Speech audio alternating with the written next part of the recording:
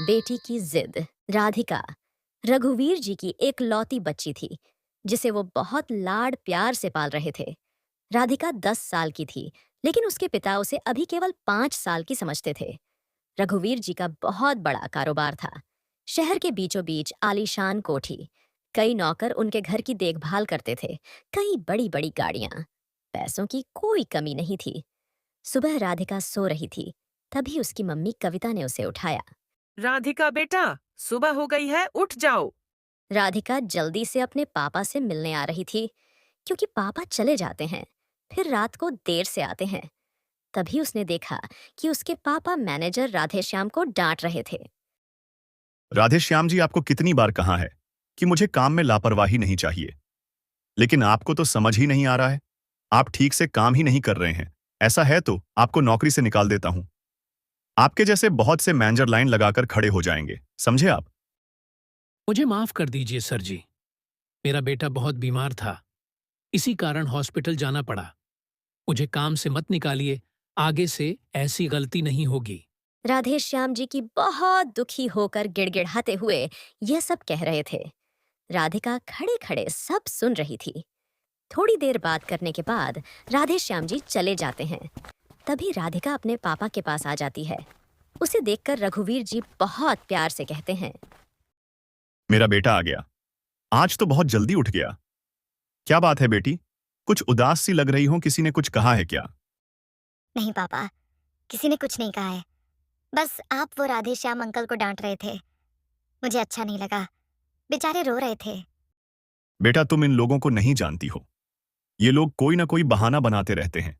आगे से मैं ध्यान रखूंगा कि तुम्हारे सामने ये सब ना हो। रघुवीर जी बातें कर ही रहे थे, तभी कविता जी आ जाती है।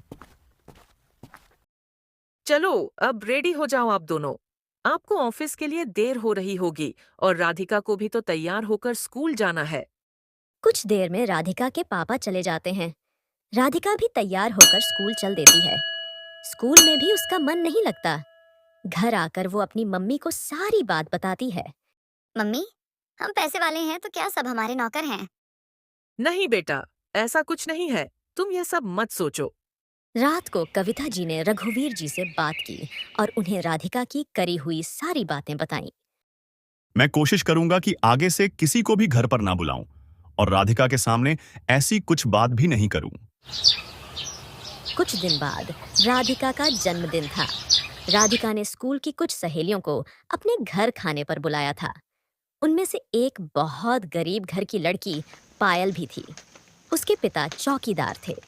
पहले तो उसने राधिका के घर आने के लिए मना कर दिया था, लेकिन राधिका के जिद करने पर वह आने के लिए तैयार हो गए। दोनों बाप बेटी तैयार होकर राधिका के घर पहुंच जाते हैं। राधिका पायल को देखकर बहुत खुश होती है, लेकिन उसके माता पिता पायल और उसके पिता को देखकर बहुत गुस्सा हो जाते हैं। बेटा, ये कैसे लोगों से दोस्ती कर रखी है तुमने? इन्हें यहां से जाने के लिए कहो, नहीं तो मैं अभी नौकरों से कहकर इन्हें बाहर करवा देता हूं। लेकिन क्या हुआ पापा, पायल मेरी सबसे अच्छी दोस्त है। बेटा, दोस्ती बराबर वालों में की जाती है। ये लोग हमारे लायक नहीं है। इनकी बातें सुनकर पायल और उसके पिता वापस चले जाते हैं। राधिका को ये सब बहुत बुरा लगता है। वह भी अपने कमरे में चली जाती है और किसी से बात नहीं करती। अगले दिन से वह खाना पीना सब छोड़ देती है। शाम तक उसकी तबीयत खराब होने लगती है। उसके माता पिता परेशान हो जाते हैं। वे राधिका को बहुत मनाने की कोशिश भी करते हैं, लेकिन राधिका नहीं मानती। वे डॉक्टर को भी बुलाते हैं। डॉक्टर कुछ दवाइयां देता है, लेकिन राधिका दवा भी नहीं खाती। इसी तरह 2 दिन बीत जाते हैं। कविता जी का रो रो कर बुरा हाल हो जाता है। अपनी बच्ची की ऐसी हालत देखकर रघुवीर जी बहुत परेशान हो जाते हैं। बड़े से बड़े डॉक्टर भी जवाब दे देते हैं। कविता जी बहुत मुश्किल से राधिका से बात करती हैं। राधिका उन्हें बस इतना ही कहती है। मम्मी, मैं गरीब होना चाहती हूँ, जिससे मैं कभी किसी गरीब का दिल ना दुखा पाऊं। यह सुनकर उसके मम्मी पापा को गहरा धक्का लगता है। वे समझ जाते हैं कि उनका गरीबों से भेदभाव ही उनकी बेटी के लिए जानलेवा रोग बन गया है। बेटी, आज के बाद मैं किसी का अपमान नहीं करूंगा। मुझे माफ कर दो बेटा। कविता जी भी उसे समझाती रहीं। अगले ही दिन रघुवीर जी पायल के घर गए। भाई जी, मुझे माफ कर दो। मैंने उस दिन आपका बहुत अपमान किया था। मेरी बेटी उसी दिन से खाना पीना छोड़कर बीमार पड़ गई है। मुझ पर एक एहसान कर दो।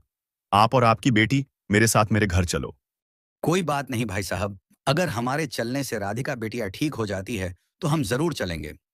राधिका के पिता पायल और उसके पिता को साथ लेकर उनके घर पहुंच गए। पायल ने राधिका से कहा, देख मैं आ गई। तेरे पापा मुझे लाए हैं और अब वे कभी गुस्सा भी नहीं करेंगे। बेटा अब तो कुछ खा ले। देख मैंने अपना घमंड छोड़ दिया है। अब मैं अपनी सारी दौलत गरीबों में बांट दूंगा। तू भी अपनी जिद छोड़ दे। ठीक है पापा, मैं अब खाना खाऊंगी। रघुवीर जी ने पायल के पिता को अपने पास ही में एक घर बनवा कर दे दिया।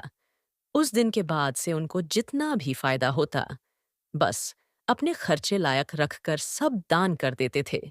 बेटी की जिद ने एक पिता को जिंदगी का सबक सिखा दिया।